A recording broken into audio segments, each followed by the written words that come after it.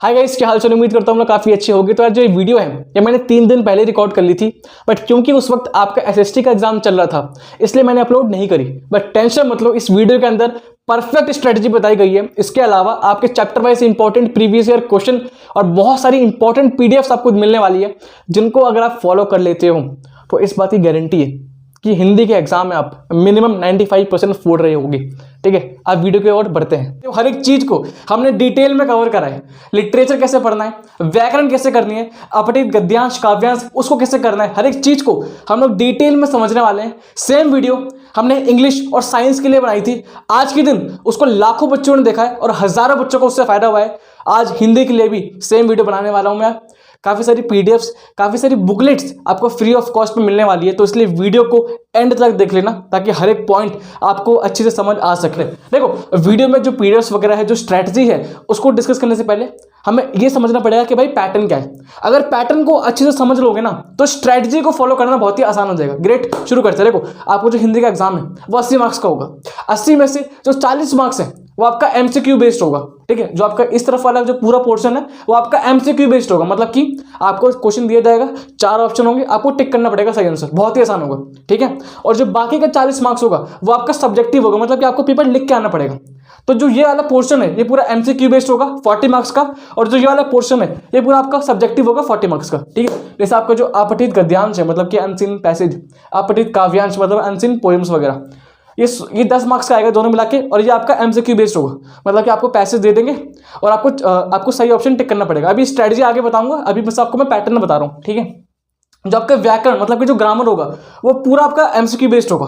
तो ये बहुत ही आसान होगा कि आपको क्वेश्चन दिया जाएगा, 4 ऑप्शन होंगे, आपको सही ऑप्शन टिक मारना है। बहुत ही आसान होगा। अभी स्ट्रेटजी में आगे बताऊंगा, बस मैं पैटर्न आपको समझा रहा हूँ। ठीक है, ग्रेट। उसके बाद आपका जो क्षितिज, मतलब कि आपकी 2 बुक है, क्षितिज और कृतिका। तो जो क्षितिज का गद्यांश वाला पोर्शन है और क्षितिज का जो काव्यांश वाला पोर्शन है, उसमें से भी कुछ क्वेश्चन आपके एमसीक्यू बेस्ड होंगे। जैसे आपका इंग्लिश में होता है एक्सट्रैक्ट बेस्ड क्वेश्चन, तो मतलब कि आपके चैप्टर में से एक पैराग्राफ उठाएंगे, उसके ऊपर आपसे एमसीक्यू क्वेश्चन पूछ लेंगे। ग्रेट। अब बात करते हैं आपका जो मेन पोर्शन है, जो आपका सब्जेक्टिव पोर्शन है, ये आपका 40 मार्क्स का हो गया। सेम 40 मार्क्स आपका इधर भी कैरी करता है। ठीक है, तो पहले बात हम बात करते हैं आपका राइटिंग सेक्शन का। तो हिंदी में बहुत ज्यादा वेटेज आपका राइटिंग सेक्शन का है, जिसमें आपका विज्ञापन और संदेश लेखन इसमें ऑप्शन आएगा। ठीक है, विज्ञापन या फिर संदेश लेखन में ऑप्शन आएगा। ये आपका 4 मार्क्स कैरी करता है। ठीक है, इसके अलावा आपका ईमेल लेखन, आपको ईमेल लेखन भी आएगा आपके एग्जाम में, वो आपका 5 मार्क्स का होगा। जो पत्र लेखन है, ठीक है, आपके पत्र, आपके औपचारिक पत्र, अनौपचारिक पत्र अभी आगे डिस्कस करेंगे काफी डिटेल में, बहुत अच्छी वीडियो है। ठीक है, वो आपका 5 मार्क्स का होगा। और आपका अनुच्छेद लेखन आपका यानी पैराग्राफ राइटिंग, वो आपका 6 मार्क्स का होगा। इसके अलावा इतना ही नहीं, इसके अलावा जो आपकी बुक है, आपकी क्षितिज बुक है, आपकी कृतिका बुक है, तो उसमें सब्जेक्टिव क्वेश्चन भी पूछ लेंगे। ये एमसीक्यू वाले क्वेश्चन अलग है और सब्जेक्टिव वाले अलग है। तो कृतिका में से जो कृतिका आपकी जो दूसरी बुक है उसमें आपका 8 मार्क्स का क्वेश्चन आएगा। मतलब कि 2 क्वेश्चन पूछेंगे 4 मार्क्स के, 4 into 2, तो 4 into 2 आपका 8 मार्क्स का, 2 वहां से क्वेश्चन आएगा। और बाकी जो क्वेश्चन है आपके गद्यांश और काव्यांश मतलब पोएम्स में और चैप्टर में से टोटल आपके 12 मार्क्स का आएगा। ठीक है, तो अगर आप इसको कैलकुलेट करोगे तो ये भी 40 मार्क्स बन रहे हैं, ये भी 40 मार्क्स बन रहे हैं। ग्रेट। अब बात करते हैं कि भैया स्ट्रेटजी क्या फॉलो करनी है। हर एक चीज को मैं डिटेल में बताने वाला हूं, तो इसलिए आराम से हर एक चीज को ध्यान से सुनना। तो जो स्ट्रेटजी है उसको मैं ऐसे कवर करूंगा। पहले हम लोग बात करेंगे कि भाई बुक के जो चैप्टर्स हैं उन्हें कैसे पढ़ना है। उसके बाद राइटिंग सेक्शन में बताऊंगा कि राइटिंग सेक्शन को कैसे कवर करना है। उसके बाद व्याकरण और अपठित गद्यांश हम लोग कवर कर रहे होंगे। ठीक है, शुरू करते हैं। देखो, सबसे बड़ा सवाल आता है कि भैया जो हमारे बुक्स के चैप्टर हैं, जो हमारी गद्यांश है, जो काव्यांश है, जो हमारी कृतिका बुक है, इसके चैप्टर्स को कैसे पढ़ा जाए, कैसे कवर किया जाए, क्या हमारी स्ट्रेटजी होनी चाहिए। देखो, जो बेस्ट स्ट्रेटजी है ना, जो हमने इंग्लिश में अप्लाई की थी, सेम यहाँ भी अप्लाई होगी। इंग्लिश में क्या कहता है हमने, सबसे पहले आपको यूट्यूब पर जाना है और समरी वीडियोस देखनी है। बिलीव मी, सबसे बेस्ट स्ट्रेटजी है ये। ठीक है, आप कोई भी चैप्टर उठाओ, कोई भी काव्यांश उठाओ, चाहे पोएम्स उठाओ, चाहे कृतिका उठाओ, चाहे गद्यांश उठाओ, सबसे पहले आपको यूट्यूब पे उसके समरी वीडियो देखनी है। ऐसा व्यक्ति जिसने 5 से 10 मिनट में हर एक चैप्टर की समरी कराई होगी, उसे देखना है। हमें लंबी लंबी वीडियोस नहीं देखनी। ठीक है, क्योंकि यहाँ समरी वीडियोस का मोटिव क्या है कि बस एक ओवरव्यू पता लग जाए, बस एक स्टोरी पता लग जाए कहानी चैप्टर की। ठीक है, तो 5 से 10 मिनट में अगर किसी ने समरी करा रखी हो चैप्टर वाइज, हमें वो देखना है। जैसे ही तुम्हें एक बार समरी देख लो, एटलीस्ट एक बार मेरे भाई मेरी बहन, एक बार अपनी बुक की रीडिंग मान लेना। ठीक है, मैंने इंग्लिश में बताया था और बच्चों ने बोला था कि भैया काफी ज़्यादा हमें हेल्प हुआ। तो इस सेम वीडियो में बताऊंगा कि एक बार समरी देखने के बाद एटलीस्ट एक बार अपनी एनसीईआरटी बुक की एक बार रीडिंग मान लेना। क्योंकि रीडिंग जब तुम मारते हो ना खुद से, जब तुम रीडिंग खुद से करते हो, तुम्हें नई वर्ड्स पता लगते हैं, तुम्हें वो लेटर्स पता लगते हैं, ठीक। और वैसे यार देखो, जो हिंदी है हमारी मातृभाषा है, हम लोग बचपन से लेकर अभी तक हिंदी यूज़ कर रहे हैं, तो उतना तुम्हें मुश्किल नहीं लगेगा। आराम से 10 मिनट में आराम से तुम एक चैप्टर पढ़ सकते हो। ठीक है, तो समझने के बाद तुम्हें अपनी बुक की रीडिंग मारनी है। जैसे तुम रीडिंग मारो उसके बाद अब तुम्हें जो बुकलेट बनाई है तुम्हारे भैया ने, उससे हम लोग फॉलो करना है। तो यार पिछले 5 से 10 सालों में जितने भी most important previous year question है चैप्टर वाइज, उनका पूरा कंपाइल करके मैंने बुकलेट बनाई है, उसको हम लोग फटाफट देख लेते हैं। तो ये आपकी क्षितिज की चैप्टर वाइज बुकलेट है। इसमें चैप्टर वाइज पीवाईक्यूज क्वेश्चन है, मोस्ट इंपॉर्टेंट क्वेश्चन है जो कि आपके एग्जाम में आ सकते हैं। ठीक है, तो समरी के बाद रीडिंग के बाद सीधा इन क्वेश्चन की प्रैक्टिस कर लो। बिलीव में इससे बाहर क्वेश्चन आपका नहीं आएगा, गारंटी है। ठीक है, आपका हर चैप्टर वाइज, आपका नेताजी का चश्मा, ठीक है, आपका chapter wise question, short answer question, long answer question, आपके पैराग्राफ क्वेश्चन, क्योंकि आपको पता है ना आपके पैराग्राफ क्वेश्चन वाले भी आएंगे कि भाई ये पैराग्राफ दे देंगे, उसमें आपके एमसीक्यू क्वेश्चन वाले वो भी मैंने इंक्लूड कर रखे हैं, तो आपको कहीं भटकने की जरूरत नहीं है। चैप्टर वाइज आपके देखो, हर एक चैप्टर वाइज आपके पूरे क्वेश्चन दे रखे हैं। आपका बाल गोविंद वगैरह, मतलब कि जितने भी चैप्टर हैं आपका, तो पूरी क्षितिज का, गद्यांश, पोएम्स वाला पोर्शन भी, और जो आपकी दूसरी बुक है कृतिका, इन तीनों का मैंने अलग अलग बुकलेट बना दी है। 30 से 35 पन्नों के अंदर पूरा सिलेबस मैंने कवर कर दिया है, जिसके अंदर आपके हर एक चैप्टर वाइज आपको पीवाईक्यू क्वेश्चन मिल जाएंगे। ठीक है भैया, कहाँ मिलेंगे? जो हमारा टेलीग्राम चैनल है, ठीक है, जो हमारा टेलीग्राम चैनल है करियर फ्लक्स, आप उसको ज्वाइन कर सकते हो। वहाँ पे मैं पीडीएफ अपलोड कर दूंगा। इसके अलावा जो बच्चे टेलीग्राम पे नहीं है, मतलब कि जिनके पास टेलीग्राम नहीं है, अगर टेलीग्राम है तो ज्वाइन कर लेना, अगर टेलीग्राम नहीं है तो जो डायरेक्ट पीडीएफ है वो मैं डिस्क्रिप्शन बॉक्स में अपलोड कर दूंगा। वीडियो के बाद जाके आराम से देख सकते हो, पहले अभी वीडियो पूरी देख लो। ठीक है, उनका पीडीएफ में अपलोड कर दूंगा, टेंशन वाली बात नहीं है। ठीक है, तो ये जो पूरा जो क्षितिज वाला पार्ट हो गया, हमारा जो पूरी बुक वाला पार्ट हो गया, क्षितिज का गद्यांश, काव्यांश, कृतिका, तो 12, 8 और 14 मार्क्स, ये जो आराम से आपके इतने मार्क्स जो है वो आपके कंफर्म हो जाएंगे। ठीक है, आपको पहले समरी देखना है, एक बार रीडिंग करना है, और जो ये क्वेश्चन दे रखे हैं बेस्ट पीवाईक्यूज क्वेश्चन, वो आपको प्रैक्टिस कर लो। बिलीव मी, आराम से फोड़ के आ सकते हो एग्जाम। ठीक है, इसके बाद आता है कि भैया जो राइटिंग सेक्शन हमारा ना, जो आपका विज्ञापन लेखन, संदेश लेखन है, ईमेल लेखन है, पत्र लेखन, अनुच्छेद लेखन है, इनके प्रैक्टिस ऐसे करनी है। देखो बिलीव मी, सबसे आसान यही है आपका। ठीक है, सबसे आसान अगर कोई क्वेश्चन है पूरी हिंदी के एग्जाम में तो वो ये है, आपको बस फॉर्मेट आना चाहिए।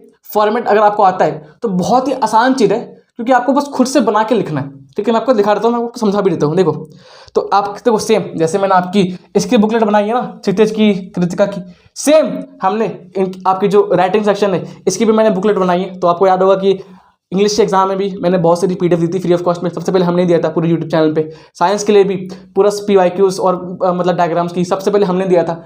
हिंदी के लिए भी सबसे पहले हम ही दे रहे हैं। ठीक है, तो इसलिए वीडियो को लाइक वगैरह कर देना। कोई पहली बार बच्चा आया है तो मैं सब्सक्राइब मार दियो। हम लोग बहुत ही ज़्यादा पास हैं 150,000 सब्सक्राइबर के, तो मुझे बहुत अच्छा लगेगा कि अगर इस वीडियो के बाद अगर हमारे 1.5 लाख सब्सक्राइबर हो जाते हैं तो मुझे बहुत ही ज़्यादा खुशी होगी। तो इसलिए अपने दोस्तों वगैरह में शेयर कर देना और उनसे बोलो कि भाई राहुल भैया की वीडियो को जाकर सब्सक्राइब करो, चैनल को जाकर सब्सक्राइब करो बेसिकली। ठीक है, ओके, आगे बढ़ते हैं। देखो, अगर बात करें कि भाई राइटिंग सेक्शन को हमें कैसे करना है, तो यार इसमें 2 चीज़ है, एक फॉर्मेट है और दूसरा है प्रैक्टिस।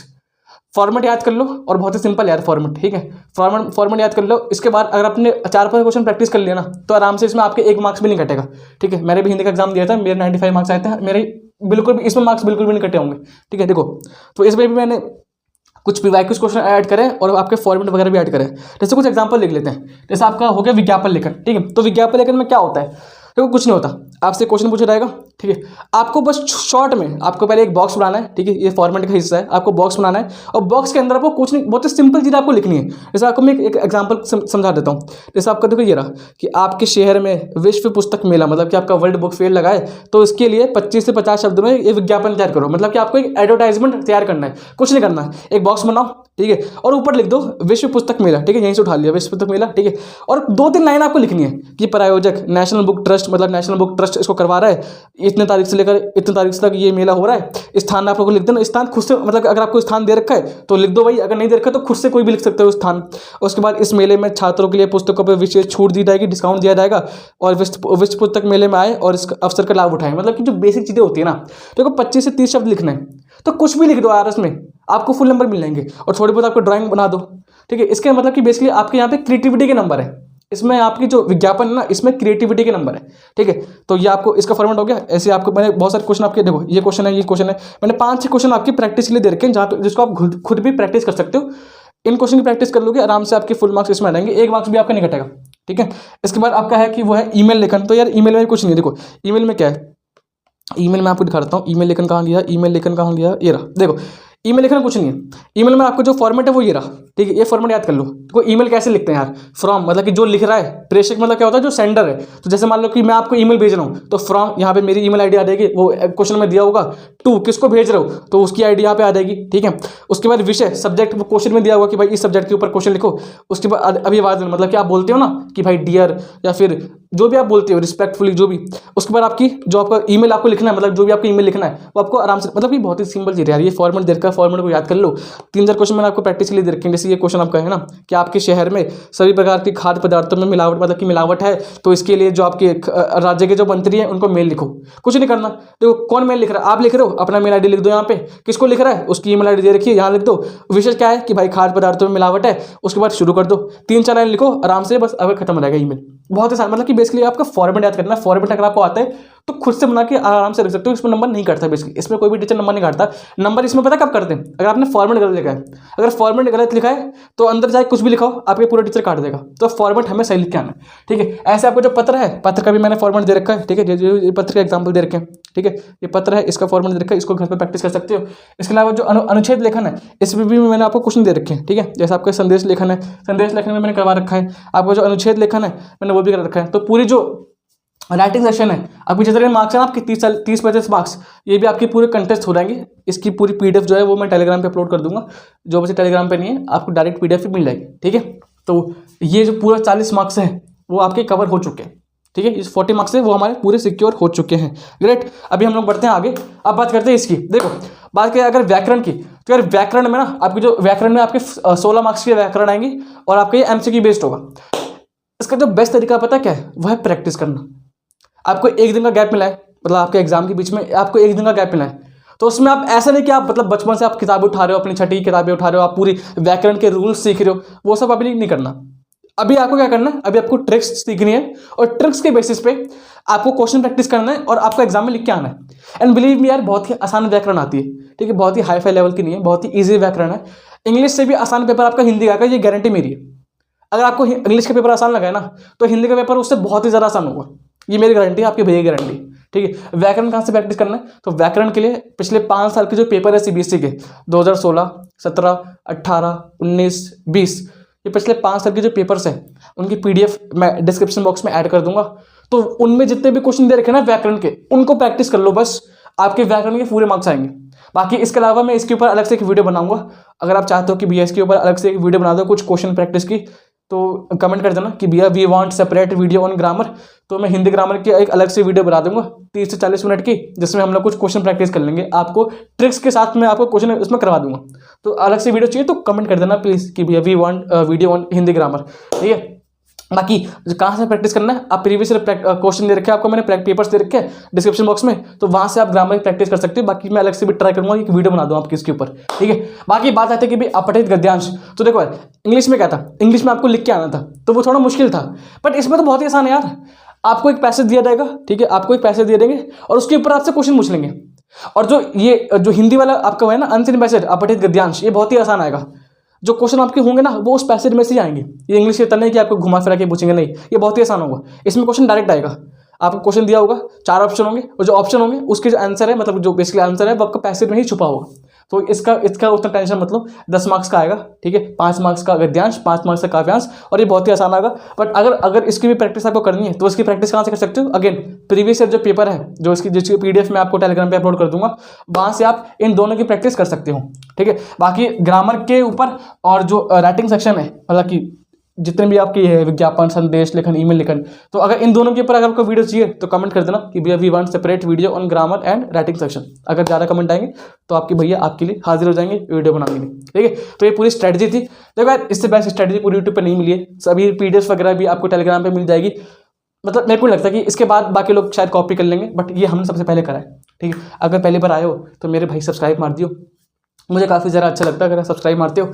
और अगर वीडियो पसंद आई है तो लाइक वगैरह कर दिया करो, ताकि मुझे पता लगे कि भाई वीडियो पसंद आ रही है लोगों को, ठीक है। तब तक के लिए जल्दी मिलते हैं आपसे अगली वीडियो में, तब तक के लिए ऑल दी बेस्ट हिंदी के एग्जाम के लिए।